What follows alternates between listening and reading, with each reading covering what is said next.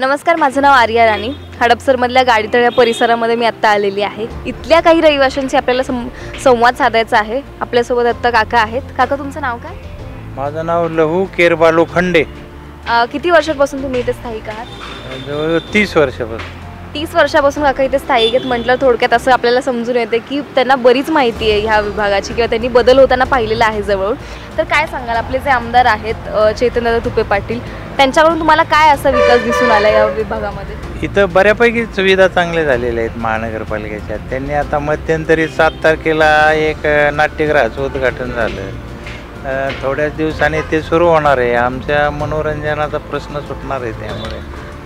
कारण पुण्यामध्ये जायचं म्हटल्यानंतर 3 ते 4 तास जातात येतात.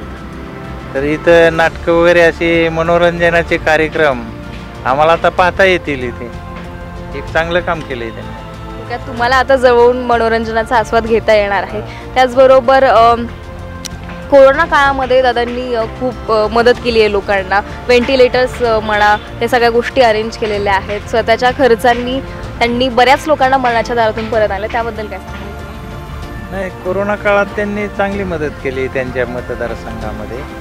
मला त्यांच्याबद्दल आदरच आहे. त्यांच्या आमदारकीच्या कारकिर्दीमध्ये ते बऱ्यापैकी सुधारणा केलेल्या आहेत हडपसर विधानसभा मतदारसंघ. थोडक्यात काका, तुम्हाला चांगला अनुभव आहे की चांगला विकास झाला आहे ह्या पूर्ण विभागाचा. पण अशा तुमच्या काही अपेक्षा आहेत का की अजून त्यांनी काय करावं, कसा जनसंपर्क वाढवावा वगैरे? काय सांगाल तुम्ही त्याबद्दल? किंवा कुठला अजून विकासासाठी त्यांनी काय करावं नेमकं? विकासासाठी म्हटलं तर आता इथं बऱ्यापैकी विकास झाल्यामुळं आणखीन काय करण्याची अपेक्षा काय करणार आहे. खूप खूप धन्यवाद काका, हा वेळ दिल्याबद्दल आणि तू ह्या प्रतिक्रिया दिल्याबद्दल. थँक्यू.